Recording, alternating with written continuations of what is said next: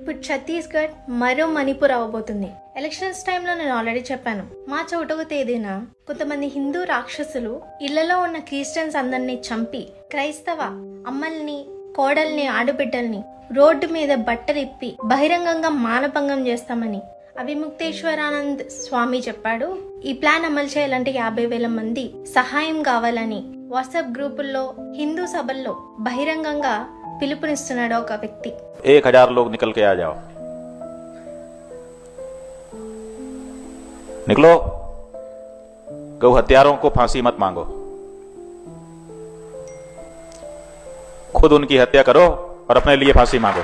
बाद में कानून करेगा कार्रवाई, पहले हमें करनी है, हमें उसको सबक सिखाना है, हाथ तोड़ना है, पैर तोड़ना है, जो करना पड़ जाए हमको करना होगा।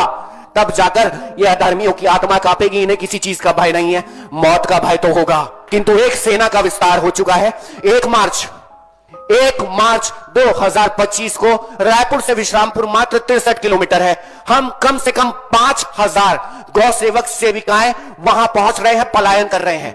विश्रामपुर, जनकपुर, गणेशपुर, ये तीनों गांव में 4500 की जनसंख्या है, जिसमें एक भी हिंदू, एक भी सनातनी नहीं है, केवल और केवल ईसाई भरे हैं वहां। ఆవుల్ని చంపినందుకు మేము మీ ఆడవాళ్ళని, పిల్లల్ని తెగ నరుకుతామని బిశ్రాంపూర్, జనక్పూర్, గణేష్పూర్ నివాసులకి హాని తలపెడదాం రండి, మనకి పోలీస్ ప్రొటెక్షన్, పెద్దవాళ్ళ అండ మనకుంది, ఎవ్వరూ భయపడకుండా 50,000 మంది వరకు రండి, ఫినిష్ చేద్దామని బహిరంగంగా పిలుపునిస్తున్నాడు.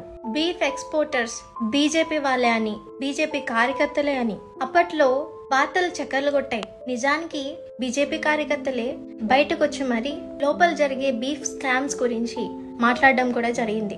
ఈరోజు ఒక జంతువుని అడ్డు పెట్టుకుని క్రైస్తవుల్ని లేకుండా చేయాలన్న పన్నాగం పన్నారు.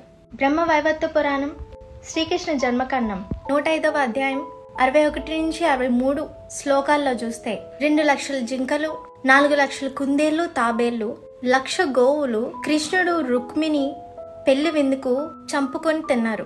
మేకపోతులు, గొర్రెలు అన్ని కలిపి 61 లక్షల జంతువుల్ని చంపి మరీ తిన్నారు. ఒక క్రిస్టియన్ గా బీఫ్ నేను ఎప్పుడు తినలేదు. చంపి తినేది మీరే, నది దేవుడు అంటూ నాశనం చేసేది మీరే, చెట్లు దేవుడు అంటూ నరికేది మీరే, స్త్రీ దేవత అంటూ మానభంగం చేసేది కూడా మీరే. ఆయన యథా రాజా తదా ప్రజ అన్నట్టు మీ దేవుళ్ళ పైనుంచి వచ్చి రాసలీలు జరిగించినప్పుడు మీరు చేయడంలో ఆశ్చర్యం లేదు. ఆయన దేవుడి కోసం చంపే భక్తికి, దేవుడి కోసం చనిపోయే భక్తికి చాలా తేడా ఉంది. ఆయన చావంటే భయమా? మరణం తర్వాత కూడా జీవితం ఉంది. ఆ నిరీక్షణ మీకుందా? చనిపోయేలోపు ఒకటి గుర్తుపెట్టుకోండి, ఏ మతస్థులైనా మీరు ఎలా జీవించారన్న విధానాన్ని బట్టి చనిపోయాక దేవుడి దగ్గర తీర్పు తీర్చిపడుతుంది. ఎక్కడో ఇరాన్ నుంచి వచ్చి కులాన్ని నా దేశం మీద రుద్ది ఈ దేశ మూల నివాసుల్ని వెలివేసినప్పుడు ఆదరించిన వారు క్రైస్తవులు. ప్రేమ, జాలి, కరుణ, దయ మాకు మా దేవుడు నేర్పినవి.